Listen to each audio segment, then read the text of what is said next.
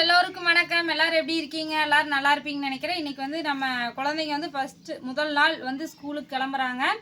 அதுக்காக லஞ்ச் பாக்ஸுக்கு என்னென்ன சமைச்சிருக்கிறோம், காலையில் சாப்பிட்றதுக்கு நமக்கு என்னென்ன சமைச்சிருக்கிறோம் அப்படிங்கிறது இந்த வீடியோவில் பார்க்கலாம்.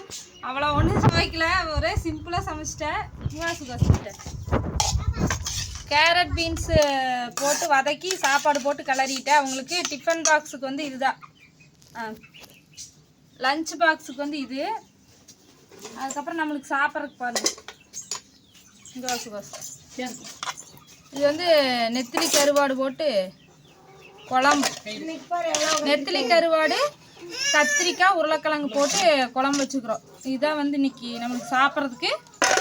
இது வந்து குழந்தைங்க வந்து லஞ்ச் பாக்ஸுக்கு. இன்னும் காய் இருக்குது, வணக்கின காய் இருந்தால் வெண்ணெய் போட்டு கிளறிக்கலாம். இங்கே பாருங்க, இங்கே காட்டு சுகாஸ்.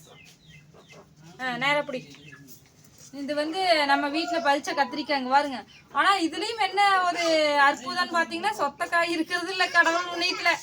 ஏன்னா செடி ரொம்ப கொளுத்து நல்லா பெருசாக இருக்கும்போது கண்ணீடு படிச்சா இருந்தெல்லாம் ஃபுல்லாக சொத்தக்காயாகவே பிடிக்கும். இப்போ பார்த்தீங்கன்னா செடி அப்படியே ரொம்ப வேரில் தான் முடிச்சுட்டு இருக்குது. ஒரே குச்சி தான் இருக்குது, சின்ன சின்ன இலைகள் தான் இருக்கும்.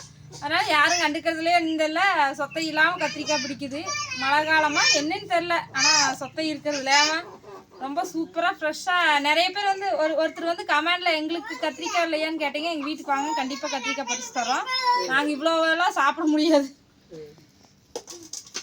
ஓகேங்க ஃப்ரெண்ட்ஸ், இதுதான் இன்றைக்கி வந்து நம்ம வீட்டில் சமையல். உங்கள் வீட்டிலலாம் என்ன சமையல் அப்படின்னு சொல்லி சொல்லுங்கள். நீங்களாம் என்னென்ன லஞ்ச் பாக்ஸுக்கு டெய்லி செஞ்சு கொடுப்பீங்க அப்படின்னு சொல்லி சொன்னீங்கன்னா நானும் அதே மாதிரி செய்வேன். ஓகேங்க ஃப்ரெண்ட்ஸ், அடுத்த ஒரு வீடியோவில் பார்க்கலாம். பாய்.